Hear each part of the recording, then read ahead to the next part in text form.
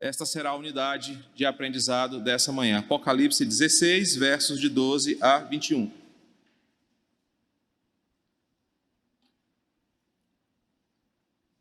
Estamos em uma série de mensagens de aprendizado denominada Beleza do Fim. Sempre reforço que você poderá ter acesso a esse material impresso ou de forma audiovisual, tanto no YouTube quanto no Spotify. Lá você terá todos os outros estudos, desde o capítulo 1, verso 1, até aqui. Você que está colecionando material impresso, você que gosta de ter o material para estudar, você pode procurar a Rita, fala: Rita, eu quero esse material. São lições preparadas por nós, para a nossa igreja, certamente será útil para você. Apocalipse 16, versos de 12 a 21. Derramou o sexto a sua taça sobre o grande rio Eufrates, cujas águas secaram, para que se preparasse o caminho dos reis que vem do lado do nascimento do sol. Então, vi sair da boca do dragão, da boca da besta e da boca do falso profeta, 3 espíritos imundos semelhantes a rãs. Não ao rãs, né? Semelhante a rãs, né? Eu sabia que nessa hora ia ter o trocadilho, né? Porque eles são espíritos de demônios, operadores de sinais, e se dirigem aos reis do mundo inteiro com o fim de ajuntá-los para a peleja do grande dia do Deus Todo-Poderoso. Eis que venho como vem o ladrão, e bem-aventurado aquele que vigia e guarda as suas vestes, para que não ande nu e não se veja a sua vergonha. Então, os ajuntaram no lugar em que hebraico se chama Armagedon. Então, derramou o 7º anjo a sua taça pelo ar, e saiu grande voz do santuário, do lado do trono, dizendo: está feito. E sobrevieram relâmpagos, vozes e trovões, e ocorreu grande terremoto, como nunca houve igual desde que há gente sobre a terra. Tal foi o terremoto, forte e grande. E a grande cidade se dividiu em 3 partes, e caíram as cidades das nações. E lembrou-se Deus da grande Babilônia para dar-lhe o cálice do vinho do furor da sua ira. Todas as ilhas fugiram, e os montes não foram achados. Também desabou do céu sobre os homens grande saraivada, com pedras que pesavam cerca de 45 quilos. E por causa do flagelo da chuva de pedras, os homens blasfemaram de Deus, porquanto seu flagelo era sobremodo grande. Meus irmãos, o capítulo 16 de Apocalipse destina-se a relatar como o juízo de Deus virá sobre os ímpios na forma de 7 flagelos. Ou melhor, como já explicamos na aula anterior, 7 juízos ou 7 tormentos sobre a humanidade caída. Aprendemos na lição passada que há uma identificação conceitual, nós aprendemos bem isso na última aula, sobre como a forma da visão que o apóstolo João tem desse juízo vindo da parte de Deus com as 7 trombetas. E na aula passada eu mostrei para vocês os paralelos entre as 7 trombetas e as 7 taças dos seus flagelos, indicando o que nós chamamos de paralelismo progressivo. É a mesma visão, tendo ênfases diferentes e ampliando o que vai acontecer. Nós vimos que o teor das 5 primeiras taças, o capítulo 16, os seus conteúdos foram derramados dentro e sobre. E eu fiz destaque dessas 2 preposições. Alguém me corrija se não forem preposições. Quando o anjo derrama o seu conteúdo. E esses conteúdos derramados trouxeram sofrimentos horríveis para aqueles que não estavam no santuário de Deus em adoração ao Cordeiro. E na aula passada eu destaquei muito bem isso. O final do capítulo 15 é Deus protegendo o seu povo dentro do santuário. A expressão do último verso de uma fumaça que fecha o santuário, tão densa que não dá para ver o que está acontecendo fora e nem dentro, significa que os eleitos do Senhor, enquanto esse juízo estiver acontecendo, estão com Deus, sendo protegidos em adoração. Hoje, nós vamos observar as 2 taças finais e como os seus conteúdos refletem o peso do juízo de Deus contra os seus inimigos. Do mesmo modo, como as 7 trombetas, as 2 últimas trombetas, elas trazem um peso ainda de juízo maior. As 2 últimas taças, ou os 2 últimos flagelos, seguem o mesmo padrão. O verso 12 nos diz que um anjo, o 6º anjo, derrama a sua taça, o conteúdo de sua taça, sobre o grande rio Eufrates, cujas águas se secam para se preparar o caminho dos reis que vem do lado do nascimento do sol. No livro de Apocalipse, por vezes, nomes, imagens são usados como uma representação simbólica. Escolhemos uma forma de interpretar Apocalipse que é uma forma tradicionalmente comprometida com o conteúdo da Escritura, que nos mostra que não há possibilidade de muita literalidade aqui no livro de Apocalipse.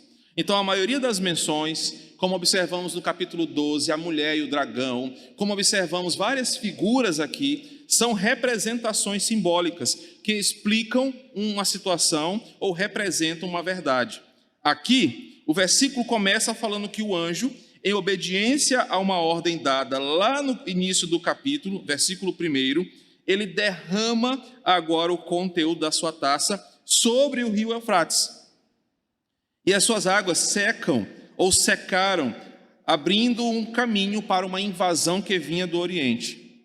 Embora haja comentarista que tente dizer o seguinte, olhando para esse texto, interpreta da seguinte forma: o versículo 12 do capítulo 16 de Apocalipse explica o avanço da cultura, da religião e da política do Oriente sobre o Ocidente. Muitos comentaristas falam que esse versículo explica, por exemplo, a tentativa de monopólio chinês ou do comunismo sobre o mundo. Mas a forma que eu entendo ser a mais correta de interpretar essa sentença é manter o mesmo padrão que temos mantido até aqui, de uma representação simbólica. E o que isso significa? O Eufrates, o rio Eufrates, era um velho conhecido de todo judeu. E esse rio representava, ou representou, durante muito tempo, no Antigo Testamento e na época de Jesus, o limite das terras conquistadas e a divisão entre o judeu e o pagão.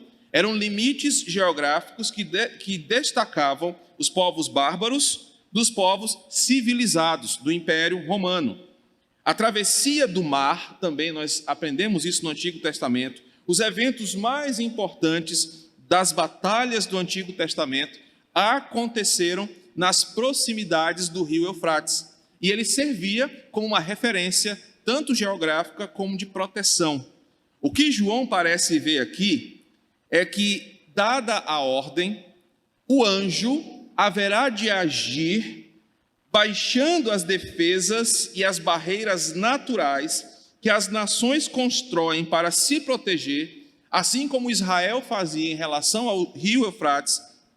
E agora, do lado de cá do rio, aqueles que estavam dentro da sua situação de proteção e conforto não têm mais as suas defesas. E agora o povo que vem do lado de lá, ele ataca os que se acham protegidos. Qual a melhor interpretação, então, deste versículo?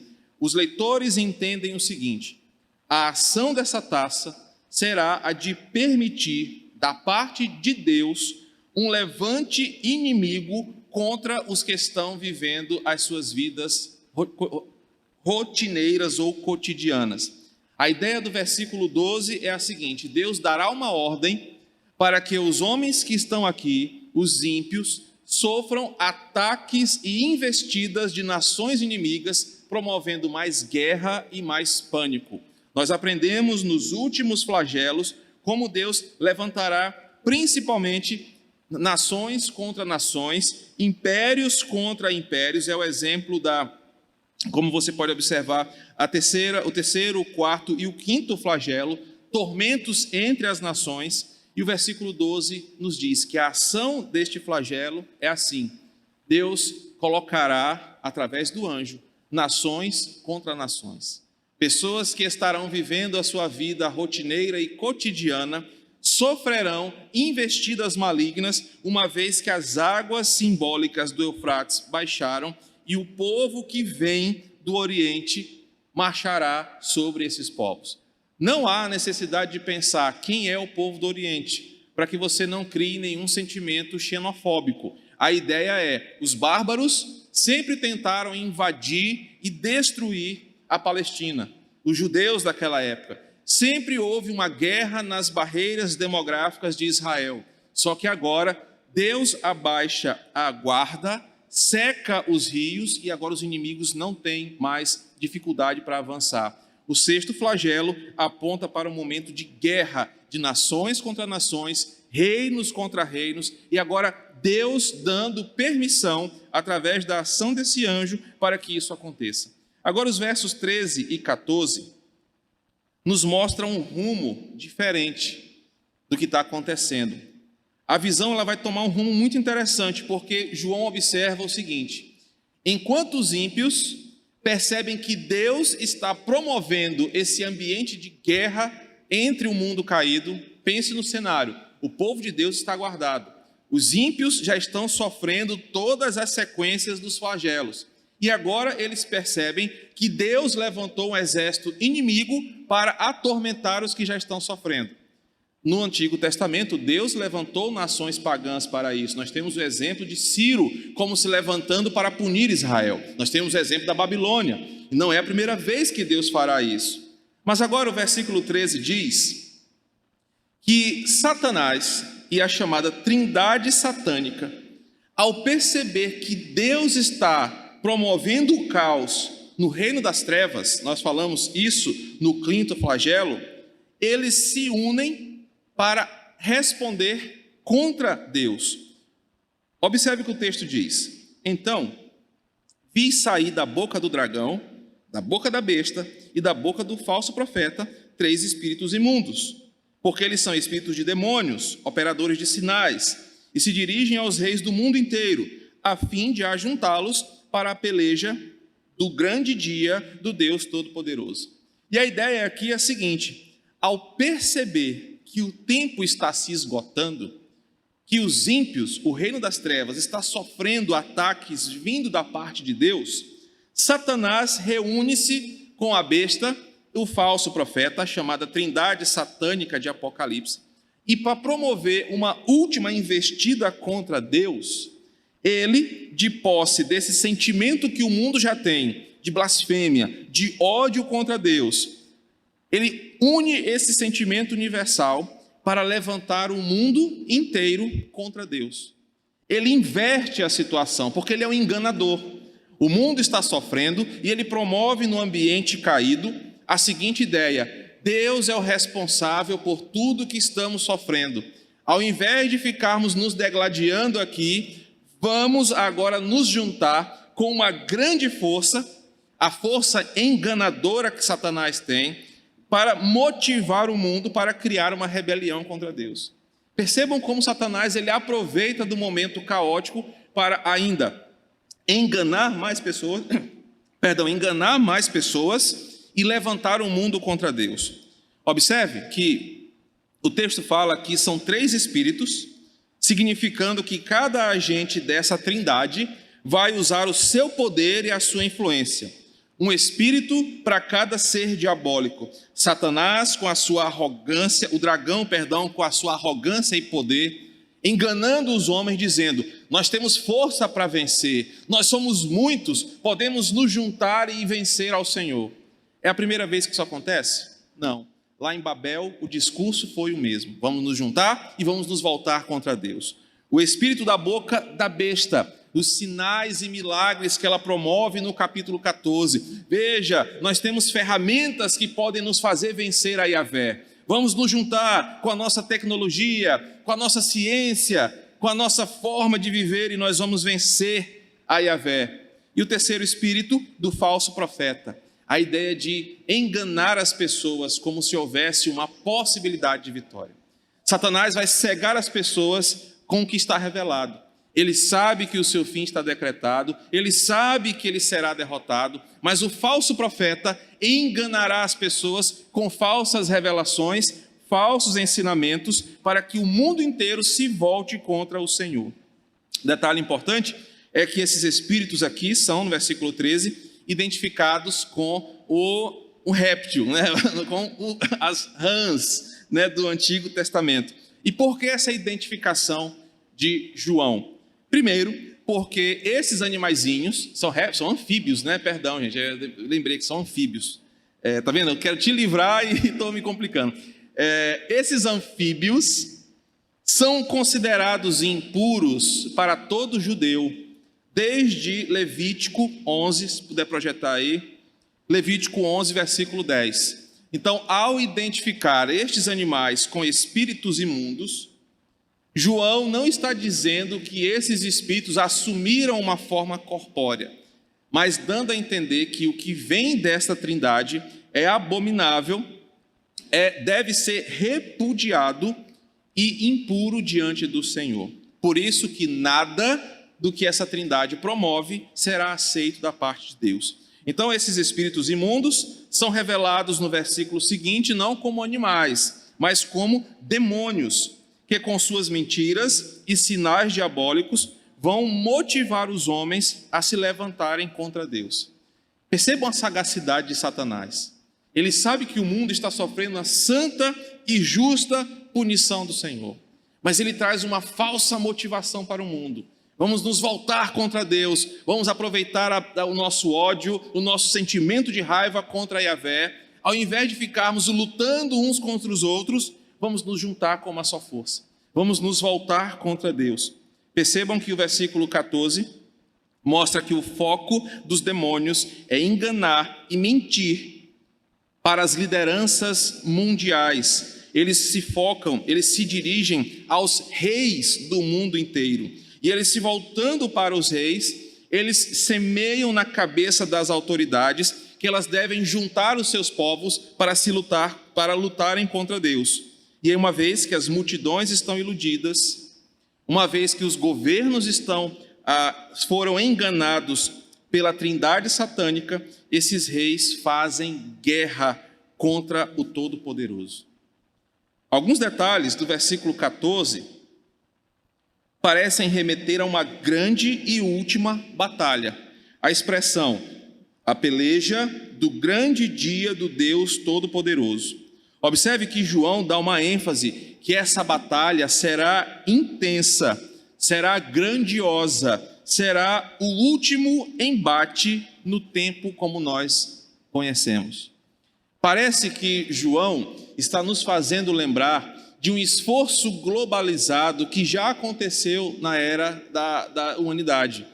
Parece que João está reforçando que houve no passado uma investida da humanidade contra Yahvé. E você vai encontrar isso em Gênesis capítulo 11, quando, motivados por Nimrod, no capítulo 10, os homens se unem para construir um grande império, que fosse a grande referência da tecnologia, da civilização, do humanismo. Babel é o incentivo de um homem chamado Nimrod, que consegue motivar na sua terra, chamada de Sinar, um povo para se levantar contra Deus. Aqui em Apocalipse parece a mesma coisa. Só que ao invés de serem motivados por um homem, a humanidade é motivada por Satanás para se levantar contra Deus e expulsá-lo do que é dele. Então, como Satanás sabe, o seu tempo está acabando. Satanás sabe que a história está sendo finalizada para uma nova etapa e ele então age mais uma vez e de forma desesperada. Ele une toda a humanidade, fazendo com que os homens comprem a sua causa, acreditem no seu discurso e se levantem contra Deus. Só que no versículo 15, João traz de novo a história para o eixo. Ele vai fazer um lembrete, ele traz um lembrete, olha, lembrem-se do que Jesus falou, que ele vem como um ladrão. Bem-aventurado aquele que vigia e guarda as suas vestes, para que não ande nu e não se veja a sua vergonha. Embora os ímpios estejam se preparando para a batalha, estejam articulando, tramando, Deus já agiu como um ladrão. E a ideia de João aqui é a seguinte: essa guerra, esse convencimento global, não se dará de um dia para o outro. A humanidade vai ter um tempo se organizando para que a mensagem da trindade satânica se propague pelo mundo. Então imagina, congressos, reuniões, muitas e muitas negociações, para que toda a humanidade se convença em voltar-se contra Deus. Enquanto o mundo está tramando, articulando, Deus já foi como um ladrão, na calada, no silêncio, sem esperar, quando ninguém pode imaginar, e já salvou os seus. E o versículo 15 é uma lembrança para os cristãos. Olha, bem-aventurados são aqueles que vigiam e guardam as suas vestes. Eles serão poupados desse momento. A ideia é, enquanto o mundo está se levantando contra Deus, Deus veio como um ladrão, não para roubar, mas no silêncio, inesperadamente, na surdina. Não que o arrebatamento da igreja será uma coisa invisível, será um momento global também, mas quando a gente menos espera. E Deus salva os seus, enquanto os ímpios estão tramando essa luta. Agora, tem gente que prefere interpretar esse texto de um outro jeito. Tem crente que afirma, olhando para esse versículo, que um crente não pode dormir pelado, ou que você tem que ter cuidado e orar para que Jesus não volte na hora que você estiver tomando banho, na hora que você estiver ali mais à vontade, porque o texto diz, se ele te encontrar pelado, já era, você vai pelado para o céu. Então tem crente que acredita que a nudez aqui é literal, mas não, fique calmo. Se Jesus voltar e você estiver tomando banho, não der tempo de pegar uma toalha ali na hora que estiver subindo, você não vai pelado para o céu, graças a Deus por isso. O texto está ensinando sobre um espírito que não está revestido de Cristo, não está guardado pela palavra e que foi enganado por esses espíritos diabólicos. O texto literalmente está nos ensinando o quê? Bem-aventurado aquele que vigia, aquele que guarda o seu coração, que permanece fiel na palavra, aquele que guarda as suas vestes com o símbolo de pureza, que não se deixa enganar pelos espíritos diabólicos que se movem contra o Senhor. Esses serão abençoados, esses serão salvos, porque os outros estarão nus com as suas vergonhas e serão enganados pela serpente, serão enganados pelo dragão, pela besta e pelo falso profeta. Então, embora haja pessoas que defendam essa literalidade do texto, ele não fala isso, ele explica sobre um coração protegido. O verso 16 nos fala sobre o fim deste sexto flagelo e com uma particularidade. Há uma expressão que só aparece aqui em toda a Bíblia e basicamente em todo o grego koiné, é só aqui que ela aparece. A palavra Armagedon. E muita gente tem feito especulação sobre isso. Tem até um filme, se não me engano, muito legal sobre esse tema. Mas o que isso significa? Primeiro, ao longo da história da tradução da Escritura e da perpetuação do texto sagrado, alguns afirmam que originalmente, nos textos mais antigos, o termo Armagedon estava escrito como cidade de Megido, que é uma possibilidade de tradução desse texto. Então, o nome Armagedon não existe, mas foi uma tradução de uma expressão cidade de Megido. A cidade de Megido, sim, era uma cidade localizada perto dessa região onde acontece toda a narrativa bíblica e que no passado aconteceram batalhas significativas, como, por exemplo, a batalha onde Débora liderou o povo de Israel contra Sísera, em Juízes capítulo 5, verso 19. Aparece essa cidade e, possivelmente, o termo Armagedon é essa cidade que está sendo referida. Há também outros textos onde essa mesma cidade aparece. 2 Reis 9, 27, 2 Crônicas 35, 22. Portanto, assim como os demais pontos são símbolos representativos, nós podemos entender o versículo da seguinte forma: haverá um levante do inimigo globalizado contra Deus. João já afirma isso. Assim como Israel provou grandiosas batalhas e sempre Deus derrotou seus inimigos com poder e glória, assim vai ser o desfecho da batalha. Deus vai vencer. Mas o texto parece afirmar que a batalha vai acontecer tendo um lugar como a sua sede. Não sei afirmar, e não sei qual era a intenção de João, afirmar se essa sede é um lugar físico, como a cidade de Megido, ou dizer da seguinte forma: eles serão motivados por um poder centralizado. Haverá uma liderança sindical aqui nesse movimento. Haverá um grupo que vai liderar o levante. E aqui a afirmação de Armagedon diz o seguinte: é de lá que vai partir o comando.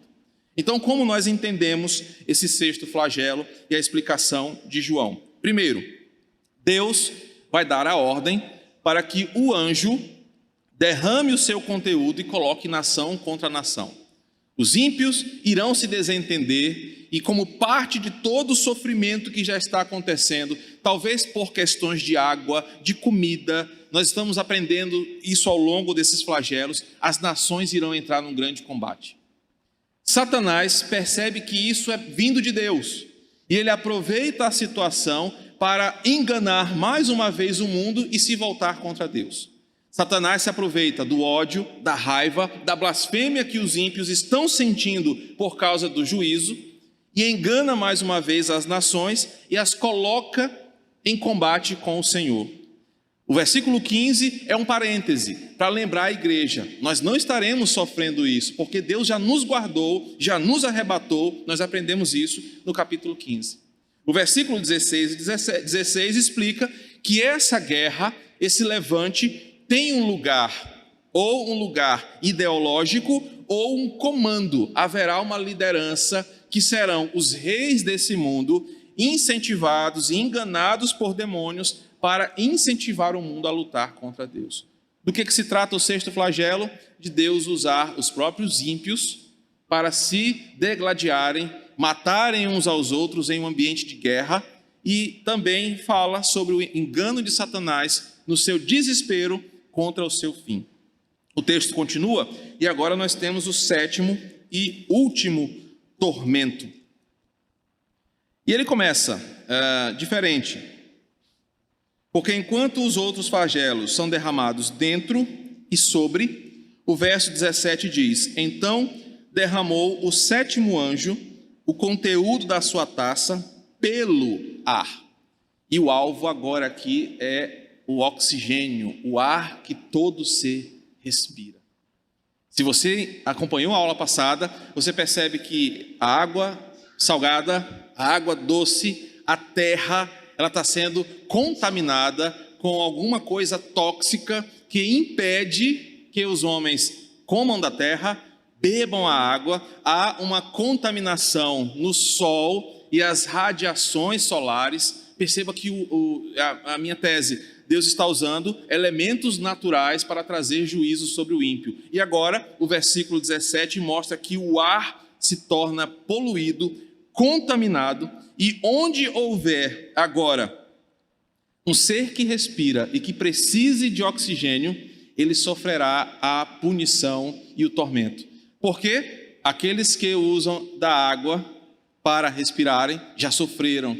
Agora o ar é o alvo, para que todo ser que respira agora sofra o peso desse tormento. Então, perceba algumas suposições aqui. Primeiro, possivelmente um conteúdo letal e tóxico será derramado pelo anjo, pelo ar, na atmosfera terrestre, que fará com que o ar se torne irrespirável, o que mataria todos os seres viventes que respiram. Outra possibilidade é que o ar aqui representa todo o domínio das trevas, uma vez que Satanás, em Efésios 2:2, é chamado de o príncipe da potestade do ar. Mas, de qualquer forma, a expressão pelo ar dá a ideia de abrangência. Ou vai abranger toda a atmosfera ou todos os ímpios que ficaram aqui. Após a ação do anjo, você pode perceber claramente uma voz soando, ecoando lá do santuário, do lado do trono. E você vai lembrar que em Apocalipse capítulo 4, do lado do trono, quem é que está? O Cordeiro. E João dá a ideia de que o próprio Deus exclama: está feito, está consumado, está realizado.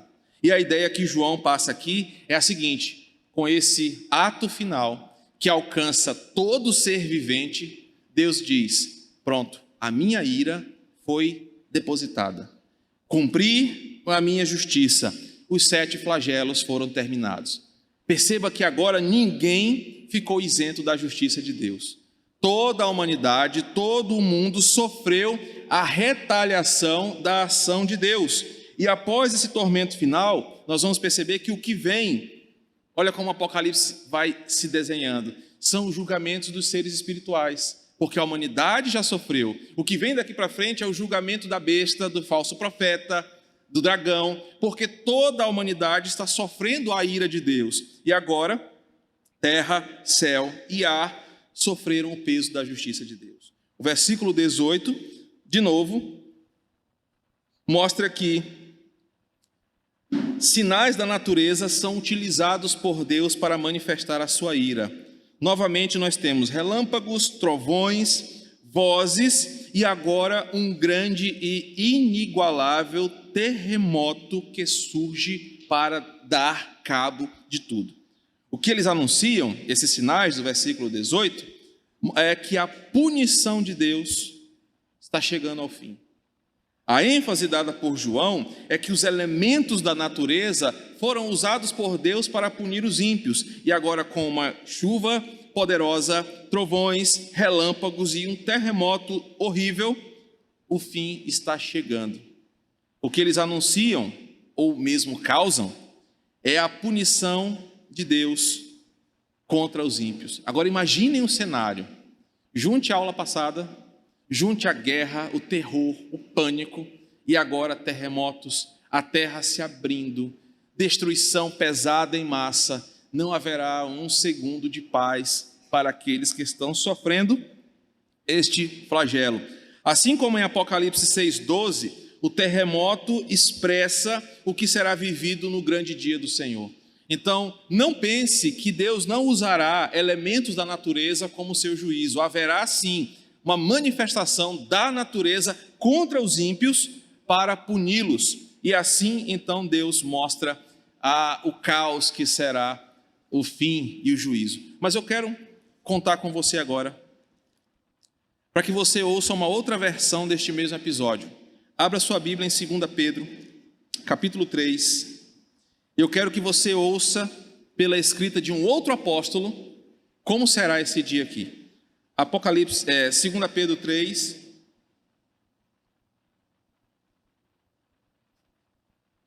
verso de 8 a 12. Já estamos quase chegando no fim. Diz assim: todavia, uma coisa, amados, que não deveis esquecer, que para um Senhor um dia é como 1000 anos, e 1000 anos como um dia. Ouçam agora com atenção. Não retarda o Senhor a sua promessa, como alguns a julgam demorada. Pelo contrário, ele é longânimo para convosco, não querendo que nenhum pereça, senão que todos cheguem ao arrependimento.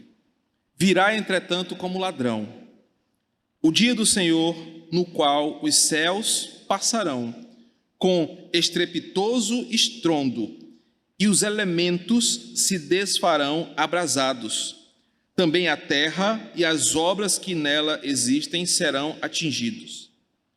Visto que todas essas coisas hão de assim ser desfeitas, deveis ser tais como os que vivem em santo procedimento e piedade, esperando e apressando a vinda do dia de Deus, por causa do qual os céus, incendiados, serão desfeitos e os elementos abrasados se derreterão.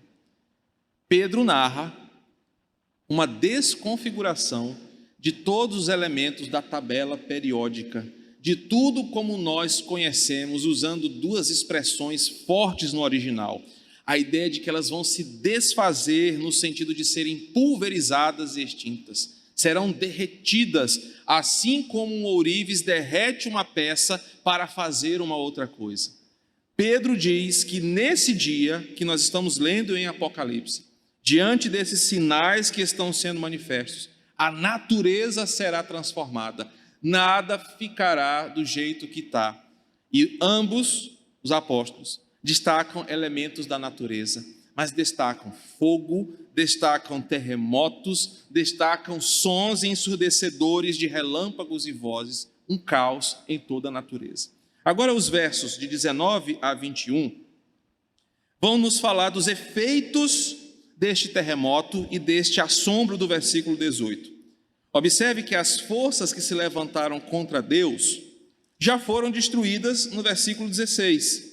E esse é o significado quando ele fala que a grande cidade se dividiu em 3 partes.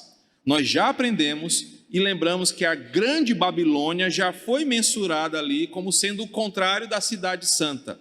A cidade de Babilônia é diferente da cidade santa, está lá no capítulo 5 ou 6. A grande Babilônia aqui é onde mora o ímpio. E o que João está dizendo? A grande Babilônia, a habitação do ímpio, caiu por terra, foi dividida, foi estraçalhada. E observem que como efeito dos sinais, nós vamos perceber uma drástica mudança na geologia da terra. Observem que o versículo 20 diz o seguinte: todas as ilhas fugiram, os montes não foram achados, também desabou do céu sobre os homens uma grande chuva de pedras. Imaginem a situação: ilhas e áreas inteiras da costa oceânica serão inundadas e sumirão instantaneamente do mapa quando esses terremotos provocarem tsunamis. Cidades costeiras, países serão engolidos pela força de um grande maremoto. Montes serão estraçalhados pelo grande terremoto que vai acontecer. Montes, como nós conhecemos, grandes e poderosos, ruirão e tremendas avalanches e desmoronamentos vão acabar com cidades inteiras ao redor do mundo. Imaginem o cenário. E como efeito dos terremotos e dos vulcões em erupção, grandes tempestades, o mundo vai viver alterações climáticas instantâneas. Vulcões entrarão em erupção, montanhas se desfarão, maremotos, terremotos, e como efeito de tudo isso, grandes pedras pesadas. João faz questão de detalhar. Em algumas versões diz cerca de 1 talento. 1 talento é entre 30 e 45 quilos. Pedras voarão desses vulcões, serão lançadas desses vulcões e cairão dos céus. Essas imensas rochas de pedra, de gelo, avalanches, causarão mais destruição, caos e desespero. Observem o cenário descrito pelo apóstolo. Um cenário de caos global em resposta ao levante contra o próprio Deus. E aí o versículo 21 termina assim: os homens blasfemaram de Deus, porquanto o seu flagelo era sobremodo grande. Mesmo diante de tudo isso que nós estamos vendo acontecer, apesar da terrível situação que o ímpio vai viver desde o primeiro flagelo, João usa uma palavra também única em toda a Bíblia. Essa palavra, sobremodo grande, que foi traduzida na sua versão, literalmente é terrivelmente, muito terrível. É um termo ali redundante, que João está explicando o seguinte: apesar de tudo isso, da coisa mais assombrosa que a humanidade vai ver, os ímpios não se arrependerão dos seus pecados, não se curvarão em humilhação ao Senhor. Eles aproveitarão o momento para intensificar o seu ódio, para intensificar as suas blasfêmias, para se voltarem contra Deus. Por isso, os 7 flagelos mostram o quê? Os ímpios são indesculpáveis, porque neles não haverá arrependimento ou segunda oportunidade. Não haverá conversões quando o juízo de Deus começar. E João diz isso quando repetidas vezes ele fala: ao invés de se humilharem e de se curvarem, eles blasfemam contra o Senhor. O que João está pretendendo aqui? Primeiro, dizer o seguinte: Deus não será tido por carrasco. Deus não será tido por culpado. Os homens estão aqui porque odeiam ao Senhor e preferiram seguir a besta, o dragão e o falso profeta. Deus é santo e justo e verdadeiro, como ele foi celebrado no capítulo 16, quando o anjo canta a partir do versículo 5, 6 e 7.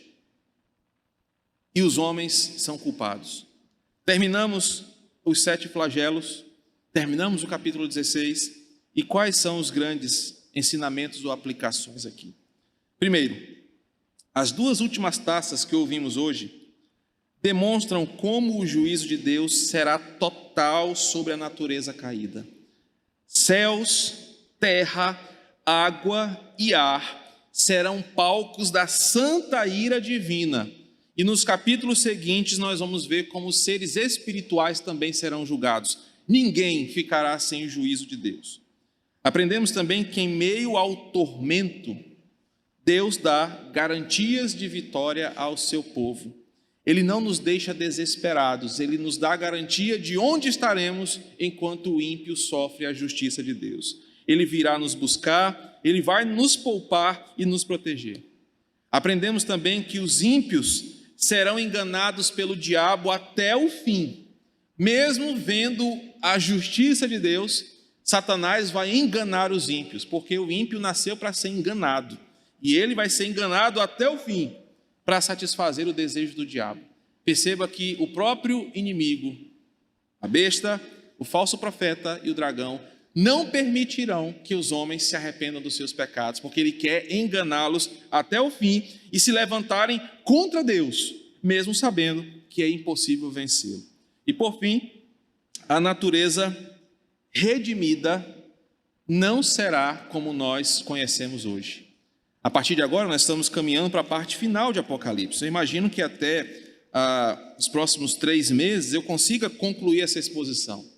E você vai perceber que para que o novo renasça, surja, Deus destruiu para refazer.